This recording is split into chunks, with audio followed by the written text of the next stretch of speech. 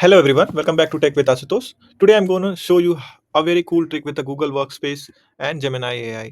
So let's think that there are 189 emails and you want to sort it out if you are having any meeting. What were the important topics, that important things that happened while you were on vacation? So you just need to click on this, write this at the rate, and this all the enabled extensions will come up. You can write that Gmail, you can attach the prompt like on me.